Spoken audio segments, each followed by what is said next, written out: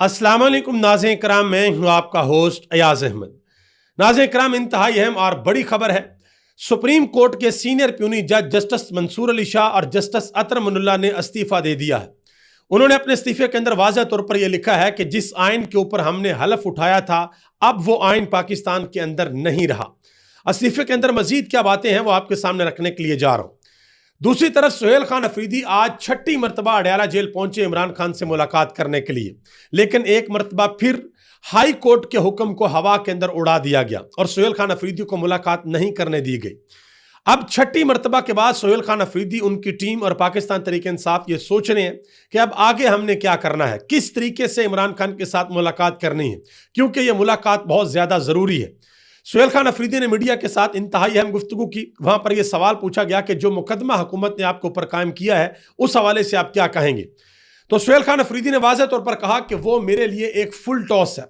जो हुकूमत चाहती है अगर वो मैंने कर दिया तो ये डैमेज को कंट्रोल नहीं कर सकेंगे, ये बर्दाश्त नहीं कर सकेंगे। और माशाल्लाह हुकूमत ने भी एक नया चंद चढ़ा दिया है। 27वीं आईनी तरमीम जिसको सेनेट से पास करवाया गया था, पास करवाने के बाद यह पता चला है कि भाई उस तरमीम के अंदर तो गलतियां हैं। अब उन गलतियों को सही करने के लिए उस तरमीम को दोबारा सेनेट के अंदर भेजा जाएगा। ये सारी तफसीलात आपके सामने रखने के लिए जा रहा हूं। गुजारिश करूंगा कि वीडियो को लाइक करके चैनल को सब्सक्राइब कर दें ताकि ये इंफॉर्मेशन का सिलसिला आप लोगों तक पहुंचता रहे। नाज़रीन कराम, सबसे पहले नंबर पे सीनियर प्यूनी जज जस्टिस मंसूर अली शाह और जस्टिस अतर मुनल्ला ने जो इस्तीफा दिया है उसकी तफसीलात आपके सामने रखता हूं। जो इस्तीफा जस्टिस मंसूर अली शाह की जानिब से लिखा गया उसके अहम तरीन जो पॉइंट्स हैं वो आपके सामने रखता हूं। उससे आपको अंदाजा होगा कि पाकिस्तान की जो जुडिशरी है, जो सुप्रीम कोर्ट के जजेस हैं, 27वीं आईनी तरमीम के बाद वो क्या सोच रहे हैं, उन्होंने क्यों इस्तीफा दिया है। और इतलात हैं कि इन दो जजेस के बाद सुप्रीम कोर्ट से, इस्लामाबाद हाई कोर्ट से और लाहौर हाई कोर्ट से मजीद इस्तीफे भी आ सकते हैं। मजीद जजेस भी इस निज़ाम के खिलाफ बगावत का ऐलान कर सकते हैं, क्योंकि यह निज़ाम के खिलाफ बगावत का ऐलान है। जो जस्टिस मंसूर अली शाह ने अपने इस्तीफे के अंदर जो चीजें लिखी हैं वो मैं आपके सामने रखता हूं, फिर आपको मजीद इस चीज का अंदाजा होगा। जस्टिस मंसूर अली शाह ने कहा कि 27वीं आईनी तरमीम आईने पाकिस्तान के ऊपर एक संगीन हमला है। उन्होंने कहा कि इस तरमीम के जरिए सुप्रीम कोर्ट को इंतजामिया के मतहत कर दिया गया है, यानी कि सुप्रीम कोर्ट को हुकूमत के मतहत कर दिया गया है। और जो चीज हुकूमत के मतहत आ जाए इसका मतलब है कि कभी भी हुकूमत के खिलाफ वहां से कोई फैसला नहीं आ सकता। मजीद उन्होंने कहा कि इस तरमीम ने अदलिया की खुद मुख्तारी और दयानतदारी को मफलूज कर दिया है। उन्होंने कहा कि इंसाफ अब कमजोर और ताकत के रहमो करम के ऊपर है। मजीद कहा कि मुल्क को दहाइयों पीछे धकेल दिया गया है। यह भी कहा कि ऐसा बिगाड़ वक्ती होता है मगर जख्म गहरे छोड़ जाता है। जस्टिस मंसूर अली शाह ने कहा कि मेरे सामने दो रास्ते हैं। एक रास्ता यह है कि निजाम के अंदर रहकर कमजोर अदलिया का हिस्सा बनूं या फिर अपने जमीर की आवाज पर लब्बई कहते हुए इस्तीफा दूं। उन्होंने कहा कि ओहदे के ऊपर रहना आईने गलती पर खामोशी इख्तियार करने के मुतरादफ है। उन्होंने कहा कि नई तरमीम ने सुप्रीम कोर्ट का आईनी इख्तियार खत्म कर दिया है। मजीद यह भी कहा कि मैं आइन का दिफा नहीं कर सकता, ना ही इस तरमीम का जायजा ले सकता हूं। अब जस्टिस मंसूर अली शाह ने और जस्टिस अतर मुनल्ला ने जिस वक्त यह इस्तीफा दिया है, इससे चंद घंटे पहले की खबर यह थी कि चीफ जस्टिस याह्या अफरीदी ने कल के दिन यानी कि जुमे के दिन फुल कोर्ट इजलास तलब कर लिया है 27वीं आईनी तरमीम के ऊपर। और आपको यह भी बताता चलूं कि चीफ जस्टिस के नाम से चीफ जस्टिस ऑफ पाकिस्तान हुकूमत हटाने के लिए जा रही थी। और इतलात है कि फिर चीफ जस्टिस साहब ने कहा कि यह ऐसा तो नहीं हो सकता कि मेरे नाम से आप ये हटा दें। और फिर बाकायदा तौर पर तसल्लियां दी गई कि भाई चीफ जस्टिस भी आप रहेंगे, आपके नाम के साथ चीफ जस्टिस ऑफ पाकिस्तान भी लगाया जाएगा और आपके जाने के बाद, आपकी रिटायरमेंट के बाद यह फैसला होगा कि चीफ जस्टिस कौन बनेगा। सुप्रीम कोर्ट का जो जज है, जो सीनियर जज है वो बनेगा, या जो वफाकी आईनी अदालत का जज है वो बनेगा। उस पर हुकूमत ने फैसला किया कि जिसकी उम्र ज्यादा होगी वो चीफ जस्टिस होगा। और अभी के लिए जो चीफ जस्टिस है वो जस्टिस याह्या अफरीदी ही होंगे, क्योंकि शहबाज शरीफ साहब ने बाकायदा तौर पर पार्लियामेंट के फ्लोर पे खड़े होकर यह कहा है कि भाई उन्होंने बड़ी मदद की है आईनी दायरा कार के अंदर रहते हुए। तो ये जस्टिस मंसूर अली शाह, जस्टिस अतर मनुल्ला, एक और जज साहब है, उन्होंने भी खत लिख दिया है। बाकी सारे जजेस खत लिख रहे थे कि भाई आप क्या कर रहे हैं, और अंदर से जो है जुडिशरी के अंदर से जस्टिस याह्या अफरीदी साहब जो है वो माशाल्लाह हुकूमत की मदद कर रहे थे आईनी दायराकार के अंदर रहते हुए। अब जस्टिस अतर मनुल्ला साहब ने जो इस्तीफा लिखा है उसकी तफसीलात भी आएंगी, वो भी मैं आपके सामने रखूंगा इंशाल्लाह अगले व्लॉग के अंदर। जस्टिस अतर मनुल्ला ने, आपको याद होगा कि जिस वक्त मखसूस नशिस्तों का केस चल रहा था तो उन्होंने बड़ी अहम बात की थी सुप्रीम कोर्ट के अंदर। उन्होंने कहा था कि सुप्रीम कोर्ट के तौर पर हम लोगों ने अपने सर रेत के अंदर दिए हुए हैं, हम लोग हकीकत का सामना नहीं करना चाहते। उन्होंने कहा था कि आज़ादी ज़ाहिर राय और जबरी गुमशुदगियों को हमने सियासी मसला बनाया हुआ है, जबकि यह सियासी मसला नहीं है, यह आईनी मसला है। उन्होंने कहा था कि सबसे अहम तरीन दरख्वास्त जो सुप्रीम कोर्ट के अंदर ज़ेर इल्तवा है वो 8 फरवरी के इंतखाबात के अंदर धांधली है, और ये सबको मालूम है। ये बातें जस्टिस अतर मनुल्ला जो है वो सुप्रीम कोर्ट के अंदर कह चुके हैं, और उस वक्त चीफ जस्टिस थे काजी फाइज ईसा साहब, और काजी फाइज ईसा साहब ने भी माशाल्लाह जिस तरीके से इस हुकूमत की खिदमत की है वो भी अपनी मिसाल आप है। मुस्तफ़ा नवाज खोखर ने इन इस्तीफों के ऊपर एक बड़ी अहम बात की है। उन्होंने कहा कि जस्टिस मंसूर अली शाह और जस्टिस अतर मनुल्ला का इस्तीफा देने का फैसला दिलेराना और खुश आइंद है। ऐसे दौर में जहां ज़मीरों के सौदे आम हों, आज़ादी की बजाय गुलामी के तोक फ़ख्र से पहने जाएं, वहां इन जज साहिबान का आइन और असूलों की खातर अहदों से और मराद को ठकराना ताज़ा हवा का झोंका है। आखिर में उन्होंने शेर लिखा, ऐसे दस्तूर को सुबह बेनूर को मैं नहीं मानता, मैं नहीं जानता। अब देखिए, मैं यहां पर एक बड़ी इंपॉर्टेंट चीज आपको बताऊं, ये जो जिंदगी अल्लाह ताला इंसान को देता है ना, ये अभी दुनिया के अंदर एवरेज जिंदगी क्या, पाकिस्तान के अंदर 60-70 साल है, ठीक है जी। अब बड़ी अच्छी गज़ाएं हैं, अल्लाह ने लंबी जिंदगी रखी हुई है। वैसे अच्छी गज़ाएं और सब कुछ बहाना ही बनता है, जिंदगी वही होती है जो अल्लाह ने रखी होती है, और उतनी ही होती है, एक सेकंड भी आगे पीछे नहीं होता। तो वो 60-70 साल चले, बड़ी हद है भाई, 100 साल हो जाएगी, उसके बाद ultimately we all have to left this world, हम सब ने इस दुनिया को छोड़ के जाना है और उस मालिक के यौम दीन की अदालत के अंदर जाकर पेश होना है।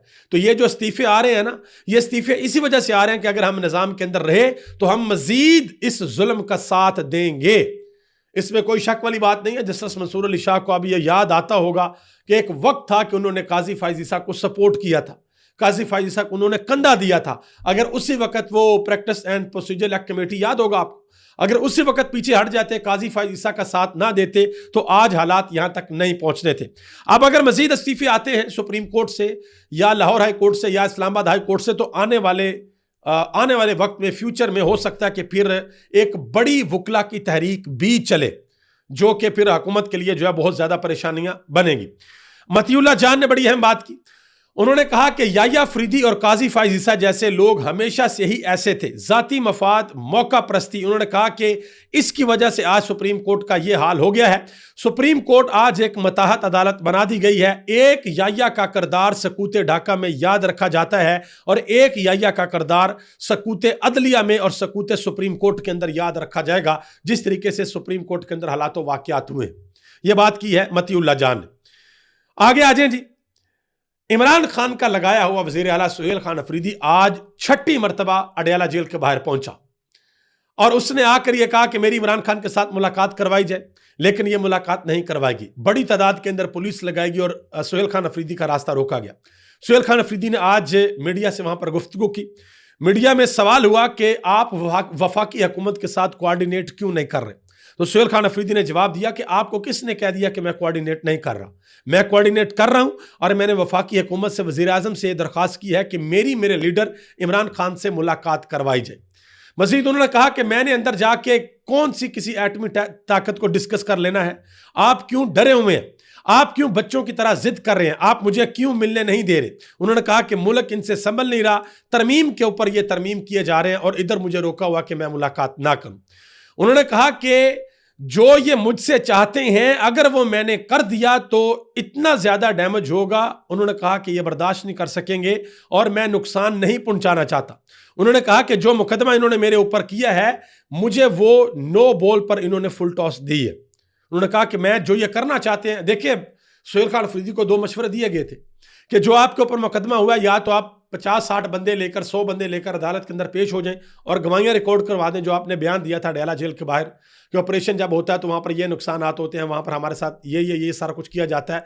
और या फिर आप एक और काम करें, आप पाकिस्तान के मीडिया में से जो बड़े बड़े नाम हैं उनको बुलाएं खैबर पख्तूनख्वा में और उनको कबायली इजला के अंदर लेकर जाएं जहाँ पर ये ऑपरेशन हुआ है, और वहाँ पर जो मुतासरीन हैं उनके बयानात मीडिया के ऊपर लाइव नशर किया जाए, मीडिया की तारीख का हिस्सा बनाया जाए, रिकॉर्ड का हिस्सा बने। और सोहेल खान अफरीदी ने इन दोनों में से अगर एक काम भी कर लिया तो फिर ये हुकूमत फंस जाएगी। मजीद उनसे सवाल हुआ जो इस्लामाबाद के अंदर धमाका हुआ, उन्होंने कहा कि अगर कोई दहशतगर्द इस्लामाबाद तक पहुंचता है, कोई दहशतगर्द मेरे घर तक पहुंचता है, मुझ तक पहुंचता है, तो ये मेरा कसूर नहीं है। उन्होंने कहा कि ये मेरा कसूर नहीं है, ये इंटेलिजेंस फेलियर है। उन्होंने कहा कि दहशतगर्द की ना कोई कौम होती है, ना उसका कोई दीन होता है और ना उनका कोई मजहब होता है। उन्होंने कहा कि दहशतगर्द जो है वो दहशतगर्द होता है। यार मोहम्मद खान न्याजी जो कि फोकल पर्सन है डिजिटल मीडिया के केपी हुकूमत के, उन्होंने एक इंतहाई अहम ट्वीट किया है। आपको याद होगा कि खबर आई थी कि पीटीएम के जो कुछ रहनुमा हैं वो जिरगे के बाद गायब हो गए, उनसे राब्ता नहीं हो रहा, शायद उनको अगवा कर लिया गया है। इस हवाले से सोहेल खान अफरीदी से भी सवाल, उन्होंने कहा जी मैं जिम्मेदारान से बात करूंगा और अगर ऐसे किया जा रहा है तो इसका मतलब है कि फिर आप खैबर पख्तूनख्वा के अंदर अमन के दुश्मन हैं, आप अमन के दोस्त नहीं हैं। उन्होंने वाज़ेह तौर पर कहा कि ये मेरी हुकूमत ने नहीं किया, हमने पुलिस से चेक कर लिया है। यार मोहम्मद खान ने जो ट्वीट किया, उन्होंने कहा कि सोशल मीडिया पर पीटीएम रहनुमाओं के हवाले से मुख्तलिफ पोस्ट सामने आई जिनमें बाज़ पुलिस एहलकारों और चंद नामालूम अफराद के नाम और वाक़े की तफसीलात शामिल थी। इन तमाम पोस्ट के स्क्रीनशॉट फौरी तौर पर महफूज कर लिए गए हैं। असल हक़ाइक़ जानने के लिए बाज़ाब्ता तहकीकात का आगाज़ कर दिया गया है। इस सिलसिले में मुतल्लिका पुलिस ऑफिसर को जिम्मेदारी सौंपी गई है कि वो सीसीटीवी फुटेज का जायजा लें, मुतल्लिका अफराद के बयानात कलमबंद करें और मामले पर कानून के मुताबिक मज़ीद कार्रवाई अमल में लाएंगे। उन्होंने कहा कि तहकीकात मुकम्मल होने के बाद जो रिपोर्ट है वो वज़ीर आला खैबर पख्तूनख्वा सोहेल खान अफरीदी को पेश की जाएगी। खुर्रम ज़ीशान जो सेनेटर बने हैं, इमरान खान के कारकुन, उन्होंने एक इंतहाई अहम बयान दिया है। उन्होंने कहा है कि मुस्बत नताइज बहुत जल्द निकलेंगे, मायूस होने की ज़रूरत नहीं है, आप देखेंगे कि हम किस तरह इमरान खान का मुकदमा लड़ेंगे। उन्होंने सेनेट के अंदर बाकायदा तौर पर नारेबाजी भी करवाई है। अलामा राजा नासिर अब्बास, उन्होंने हबीब अकरम को एक इंतहाई अहम इंटरव्यू दिया। उस इंटरव्यू के अंदर यह कहा कि अगर आपको इम्यूनिटी चाहिए, इस्तिस्ना अगर आपको चाहिए तो आप तौबा करें, अवाम के पास जाएं, जाकर आप माफ़ी मांगें। उन्होंने कहा कि पाकिस्तान के अवाम बहुत अजीम लोग हैं, इतना जुल्म करने के बावजूद भी इनको बर्दाश्त किए हुए हैं। अगर दुनिया की कोई और कौम होती तो इनको उठाकर बाहर फेंक देती, जितना जुल्म पाकिस्तानी कौम के ऊपर हो गया। अब आगे आ जाए जी। हुकूमत जो है माशाल्लाह, आपको पता है कि क्या क्या गुल खिला रही है, क्या क्या सोने पे सुहागे हो रहे हैं। आप अंदाजा लगाएं कि आइन की 208 शिकों में से 59 शिकों के ऊपर तरमीम आ गई है, ठीक है जी। और जो तरमीम ये लेकर आ रहे हैं, सेनेट के अंदर तरमीम लेके आए हैं, वहां पर वो एक पीटीआई का सेनेटर उठाया, एक जेयूआई का उठाकर तरमीम पास करवाई। फिर जब वो कौमी असम्बली के अंदर आई तो वहां पर तरीके इंसाफ ने कहा कि इसमें तो ये भी गलती है, ये भी गलती है, ये भी गलती है, और फिर उनको समझ आई हाँ हमने तो गलती कर दी है। अब उन गलतियों को सुधारने के लिए, उन गलतियों को ठीक करने के लिए वो जो तरमीम है वो दोबारा जाएगी सेनेट के अंदर। आप अंदाज़ा लगा लें हुकूमत का जो लेवल ऑफ सीरियसनेस है उसका, कि आप अपने मुल्क का आइन तब्दील करने के लिए जा रहे हैं, आप आईनी तरमीम करने के लिए जा रहे हैं, और जो ड्राफ्ट आपने तैयार किया उसके अंदर गलतियां, उसको आपने शायद प्रूफ रीड भी नहीं किया। ठीक है जी, अंदाजा लगा लें। आगे आ जाए जी। मुनीफ फरूक साहब ने एक बड़ी अहम बात की है जी। मुनीफ फरूक ने की है तो शायद नून लीग को समझ आ जाए, वैसे तो इनको समझ नहीं आती। मुनीफ फरूक साहब कहते हैं कि जो कुछ भी हो रहा है ये नवाज शरीफ की जेर निगरानी हो रहा है। उन्होंने कहा जी, बहुत लोग कहते थे वो जी नवाज शरीफ, कहा जाता था ना कि नवाज शरीफ के अंदर एक तूफान है, वो प्रेशर कुकर बन जाएंगे, वो फट जाएंगे, उनको वो बड़े गुस्से में है कि ये क्या हो रहा मुल्क के अंदर, फलां फलां फलां फलां और फलां। कुछ भी नहीं है भाई, जाग की तरह बैठे हुए सब नीचे, और खुद आए हैं नवाज शरीफ वोट देने के लिए। वैसे तो नहीं आते, हालांकि नंबर तो इनके पास बहुत ज्यादा थे, बहुत ज्यादा नंबर थे, 233-34 नंबर थे, 224 चाहिए थे। नवाज शरीफ कह देते मैं नहीं जा सकता अगर उनको ये तरमीम अच्छी नहीं लगती थी तो, लेकिन नवाज शरीफ साहब आए, कायदे मोहतरम आए, और आकर माशाल्लाह उन्होंने बाकायदा तौर पर वोट डाला है और उस आईनी तरमीम को पास होने के लिए अपना हिस्सा डाला है। आगे आ जाए जी। डॉक्टर दानिश, उन्होंने एक ट्वीट किया है, कहते हैं कि ताहयात इस्तिस्ना के बाद आसफ अली जरदारी ने बिल आखिर सबसे अपना इंतकाम ले लिया। उन्होंने कहा कि खास तौर पर नवाज शरीफ, शहबाज शरीफ और मुस्लिम लीग नून से। उन्होंने कहा कि क्या अजब इत्तेफाक है कि वही लोग जिन्होंने जरदारी को चोर, लटेरा, डाकू, कातिल कहा, उन्होंने कहा कि अब आपको पता है ना कि जरदारी को 10 साल जेल के अंदर मुस्लिम लीग नून की हुकूमत ने रखा हुआ है। इमरान खान ने तो नहीं रखा था, इनकी हुकूमत के अंदर वो रहे थे। मजीद वो डॉक्टर दानिश कहते हैं कि जो पेट फाड़कर दौलत निकालने और लाहौर की सड़कों पर घसीटने के दावे करते थे, आज उन्हीं हाथों से 27वीं आईनी तरमीम के जरिए उन्हें ताहयात इस्तिशना देकर वक्त का नौज बिल्ला वली बना दिया है। ये फैसला सिर्फ एक तरमीम नहीं, ये सियासी तारीख का वो बाब है जिसमें बदले का रंग मफाहमत का लबादा ओढ़कर सामने आया है। नवाज शरीफ, शहबाज शरीफ और मुस्लिम लीग नून के लिए ये लम्हा हमेशा तारीख के सफ़ात पर याद रखा जाएगा बतौर एक सियासी हकीकत, एक अलमिया और एक सबक जो इन्होंने किया। और आप देखें, ये मुस्लिम लीग नून और पीपल्स पार्टी वाले, ये पहले आपस में इनकी बड़ी लड़ाइयाँ होती थी, ठीक है जी। पीपल्स पार्टी जो है वो ज़ियाउल हक को अपना दुश्मन समझती थी क्योंकि जुल्फ़िकार अली भुट्टो को तख्तादार पर लटका दिया था अदलिया की मदद से। और नून लीग और पीपल्स पार्टी का रुख तो ऐसे था, यानी कि 180 डिग्री के ऊपर ये एक दूसरे के खिलाफ थे। लेकिन बाद में क्या हुआ, बाद में आ गया अंदर इमरान खान, और इमरान खान ने कहा कि इन दोनों के मफादात एक हैं, ये सिर्फ नूरा कुश्ती करते हैं और कुछ भी नहीं है। और उसके बाद फिर यहाँ तक कहा गया कि इमरान और जरदारी एक ही सिक्के के दो रुख हैं। इमरान को वोट डालोगे जरदारी को जाएगा, जरदारी को डालोगे इमरान खान को जाएगा। लेकिन फिर इमरान खान ने यह साबित किया कि इन दोनों के मफादात एक है। इमरान खान जिस दिन हुकूमत में आए, इमरान खान ने वाज़ह तौर पर कहा कि जब इनके ऊपर हाथ डलेगा ये सारे एक जगह पर इकट्ठे हो जाएंगे और सारे के सारे एक जगह पर इकट्ठे होंगे। और आज जो कुछ भी मुल्क के अंदर हो रहा है, ये सब कुछ हरगिज ना होता अगर एक शख्स अपने असूलों के ऊपर डट ना जाता, अगर एक शख्स ये फैसला ना करता कि मैं अब पाकिस्तान के अंदर वो काम नहीं करूंगा जो पहले होते रहे, जिस तरीके से पहले डीलें होते रही हैं, जिस तरीके से पहले कॉम्प्रोमाइज़ होते रहे, जिस तरीके से पहले कुछ लो और कुछ दो की पॉलिसी के ऊपर काम चलते रहे हैं, अब वो मैं नहीं करूंगा। और उस शख्स ने वो काम नहीं किया। वो शख्स कौन है? वो शख्स अडयाला का कैदी नंबर 804, जिसने कहा कि मैं किसी भी सूरत पीछे नहीं हटूंगा और किसी भी सूरत मैं नवाज शरीफ नहीं बनूंगा। इमरान खान जब तकरीरें करते होते थे ना, कहते होते थे कि मैं हर चीज़ के लिए तैयार हूं, मैं जेल के लिए भी तैयार हूं, ये जो मर्जी कर ले। अगर मैं ऐसे इमरान खान का स्टाइल होता था कि अगर मैं आखिरी शख्स भी रह गया तो मैं इनका मुकाबला करूंगा। लोग कहते थे नहीं नहीं, इसने बड़ी शाहाना जिंदगी गुजारी है, इस पर हाथ डलेगा, इसको लग समझ जानी है, ये 4 दिन जेल के अंदर नहीं गुजार सकता। और फिर दुनिया गवाह है कि इमरान खान ने अपने एक एक लफ्ज के ऊपर पहरा दिया, एक एक लफ्ज के ऊपर, और स्टिल इमरान खान पहरा दे रहे हैं। अभी तक ले इतना ही। आप सबका बहुत बहुत शुक्रिया। पाकिस्तान जिंदाबाद, पाकिस्तान के करोड़ों अवाम आइंदाबाद।